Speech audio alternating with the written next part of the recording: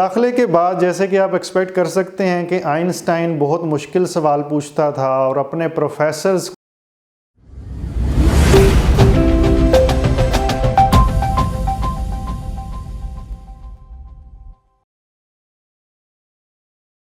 ہم نے ویڈیوز کا ایک نیا سلسلہ شروع کیا ہے جس میں ہم جسمانی صحت کے علاوہ ذہنی صحت کے اوپر ایک ویڈیو کریں گے۔ یہ ویڈیو کتاب، شخصیت اور کسی بھی ایسے موضوع پہ ہوگی جو ہمارے ذہن کی غذا بن سکے۔ بسم اللہ الرحمن الرحیم۔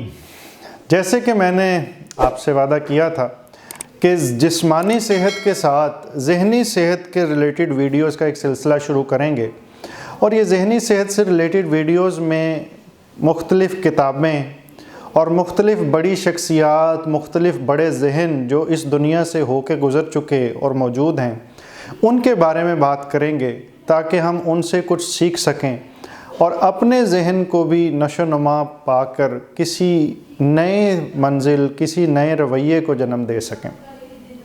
آج کی ویڈیو آئنسٹائن کے اوپر ہے، اور آج کی ویڈیو میں آئنسٹائن کے بچپن کے اوپر بات کروں گا۔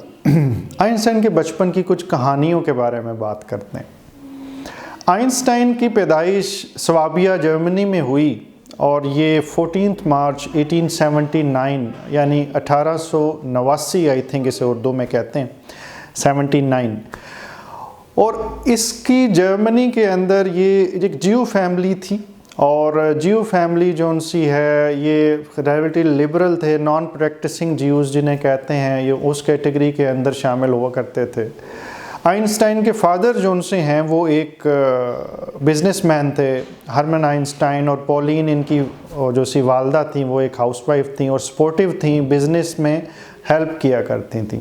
آئنسٹائن کی ایک بہن بھی تھی، ماریا آئنسٹائن غالباً ان کا نام تھا۔ اور آئنسٹائن کے بچپن کے بارے میں ایک انٹرسٹنگ فیکٹ یہ ہے کہ آئنسٹائن بچپن میں زیادہ بولا نہیں کرتا تھا، اور اس کے والدین کو سب سے پہلے یہ پریشانی ہوئی کہ ہمارا بچہ جون سا ہے وہ کچھ کند ذہن لگتا ہے کیونکہ یہ بولتا ہی نہیں ہے۔ اور پھر دوسری بات یہ تھی کہ اگر اس نے شروع میں پہلے اپنے 4 سال کے اندر اگر کچھ چیز بولنے کی کوشش کی تو یہ اگر کوئی بات کسی کو کہنے کی کوشش کرتا تھا تو وہ منہ میں اپنے آپ کو کہتا تھا، جس سے والدین کو اور بھی یقین ہو چلا تھا کہ شاید یہ ٹھیک نہیں۔ آئنسٹائن نے پراپرلی جو پہلی بات کی جس کے بارے میں لٹریچر بات ہے وہ بڑی انٹرسٹنگ ہے، وہ یہ کہ آئنسٹائن تقریباً 4 سے 5 سال کے درمیان میں تھا اور وہ سوپ پی رہے تھے۔ سوپ پیتے پیتے اچانک آئنسٹائن نے کہا سوپ از ٹو ہاٹ، یعنی کہ سوپ بہت گرم ہے۔ تو والدین سارے ایک دوسرے کو دیکھنا شروع ہو گئے کہ اس نے اچانک ہی بولا تو پورا جملہ ہی بول دیا۔ تو آئنسٹائن سے پوچھا گیا کہ آپ نے آج تک بولا کیوں نہیں اگر آپ بول سکتے تھے؟ تو آئنسٹائن کا کہنا یہ تھا کہ the things were in order up till now، یعنی کہ ابھی تک چیزیں ساری ٹھیک چل رہی تھی تو میں نہیں بولا۔ تو یہ بچپن سے ہی کچھ مختلف ذہن کا بچہ تھا، لیکن والدین کا یہ خیال تھا کہ بچہ ذرا کن ذہن ہے اور شاید یہ اس وجہ سے بول نہیں پا رہا۔ اس کے بعد اسکولنگ کا سلسلہ شروع ہوا، تو اسکول کے اندر Einstein was a sharp student in few subjects, یعنی کہ کچھ ایسی چیزیں تھیں جس میں آئنسٹائن واز گڈ، اور میتھمیٹکس آف کورس ان میں سے ایک تھا، اور جب اسکول تھوڑا سا ایڈوانس لیول پہ گیا تو وہ سائنس بھی تھی۔ لیکن آئنسٹائن کو جغرافیہ اور ہسٹری اور دوسری زبان فرینچ بھی اس میں پڑھائی جاتی تھی، وہ بالکل انٹرسٹنگ نہیں لگتی تھی، اور ہی was not a good student at that. یہ سن کے عجیب سا لگتا ہے کہ آئنسٹائن ایک اچھا اسٹوڈنٹ نہیں تھا، لیکن یہ بات سچ ہے کہ آئنسٹائن کا ایک اپنا مزاج، ایک ٹیسٹ تھا، اور وہ صرف انہی چیزوں پہ غور کرتا تھا اور پسند کرتا تھا انہی چیزوں پہ غور کرنا جو اسے اچھی لگتی تھیں، اور وہ تھی میتھمیٹکس، اور بعد میں آہستہ آہستہ سائنس میں فزکس۔ سوال یہ ہے کہ آئنسٹائن کو یہ شوق کیسے پیدا ہوا؟ اس کے بارے میں کہانی یہ بتایا جاتی ہے کہ 5 سال کی عمر میں آئنسٹائن جو انسا ہے اس کے بیماری آئی اور وہ کچھ بیمار تھا، تو اس کے والد صاحب نے اس کو ایک کمپس گفٹ کی۔ کمپس وہ چیز آلہ ہوتی ہے جس کے اندر ایک جو سی سوئی ہے وہ بتا رہی ہوتی ہے کہ سمت کیا ہے، اور آپ کہیں بھی چلے جائیں وہ سمت ویسے ہی بتاتی رہتی ہے۔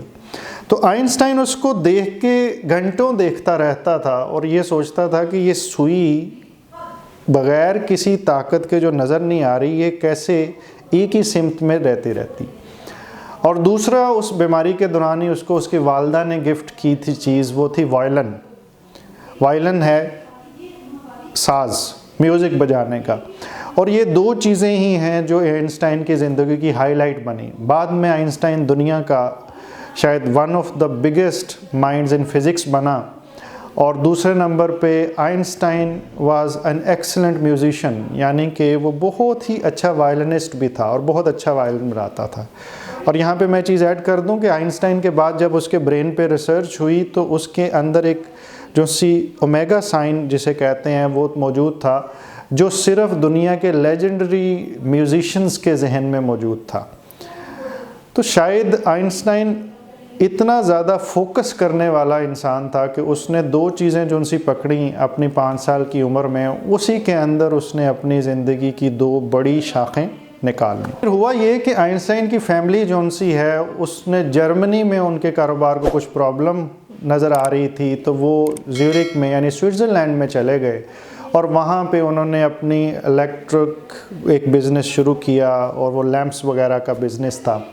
اور آئنسٹائن کو انہوں نے کہا کہ جناب آپ نے یہیں پہ رہنا ہے، جرمنی میں پڑھنا ہے۔ آئنسٹائن صاحب کو یہ بات کو پسند نہیں آئی، اور وہ فیملی کے کچھ دن کے بعد وہ بھی سوئٹزرلینڈ پہنچ گئے۔ ان کے ابو نے ان کو کافی سنائیں، لیکن آئنسٹائن بھی کافی ڈھیٹ آدمی تھے، اور انہوں نے کہا کہ میں نے واپس جرمنی نہیں جانا۔ نہ صرف یہ، آئنسٹائن نے اپلیکیشن دے دی کہ میں نے اپنی جرمنی کی سٹیزن شپ بھی چھوڑ دینی ہے۔ جرمنی کی سٹیزن چھوڑنے کا وجہ یہ بتائی جاتی ہے کہ 17 سال کی عمر میں کچھ عرصے کے لیے آرمی سے اٹیچ ہونا پڑتا تھا، جرمنی کا یہ قانون تھا، اور آئنسٹائن کو نیشنلزم یا فوج یا لڑنے یا مارنے کے بارے میں جو اس کی رائے تھی وہ بڑی ریڈیکل تھی۔ وہ نیشنلزم کے حق میں نہیں تھا، وہ اپنے آپ کو انٹرنیشنلسٹ کہتا تھا، یعنی کہ تمام قومیتیں میری ہیں، اور وہ ڈیموکریسی یعنی کہ جمہوریت کے بارے میں بات کرتا تھا۔ تو بچپن سے ہی وہ ایک ریڈیکل ذہن کا بچہ تھا۔ جب یہ اسکول بیچ کراس ہونے لگی اور وہ وہاں پہ سوئٹزرلینڈ میں گیا، تو سوئٹزرلینڈ کے اندر ایک ادارہ ہے جس کو کہتے ہیں زیورک پولی ٹیکنک۔ یہ اس دور کی بات ہے جو 1900 شروع ہونے والا تھا، 1898 to be precise if I am not wrong۔ اس نے ٹیسٹ دیا زیورک پولی ٹیکنک کا، اور اس کے بعد اس کو پروفیسر ویبر نے اپنے کمرے میں بلایا، اور پروفیسر ویبر نے بتایا کہ آپ نے بہت اچھا سکور کیا ہے فزکس میں اور میتھس میں، لیکن ماشاءاللہ آپ باقی تمام سبجیکٹس میں فیل ہو چکے۔ اور اس کے اندر جغرافیہ بھی شامل تھا، اس کے اندر فرینچ زبان بھی شامل تھی، اور لٹریچر بھی شامل تھا، اور اس نے یہ وجہ بتائی کہ مجھے بالکل کوئی انٹرسٹ نہیں ہے۔ لیکن پروفیسر ویبر ایک میرا خیال ہے مردم شناس آدمی تھے، اور وہ سمجھ چکے تھے کہ اس بچے میں کچھ خاص ہے۔ انہوں نے اسے ریکمینڈ کیا کہ تم 1 سال کے لیے قریبی اسکول ہے یہاں سے کوئی 40 مائل دور، وہاں پہ جاؤ اور پہلے کچھ تعلیم حاصل کرو اس باقی سبجیکٹ سے ریلیٹڈ، اور واپس آؤ۔ اگلے سال آئنسٹائن واپس آیا اور اس نے داخلہ حاصل کیا۔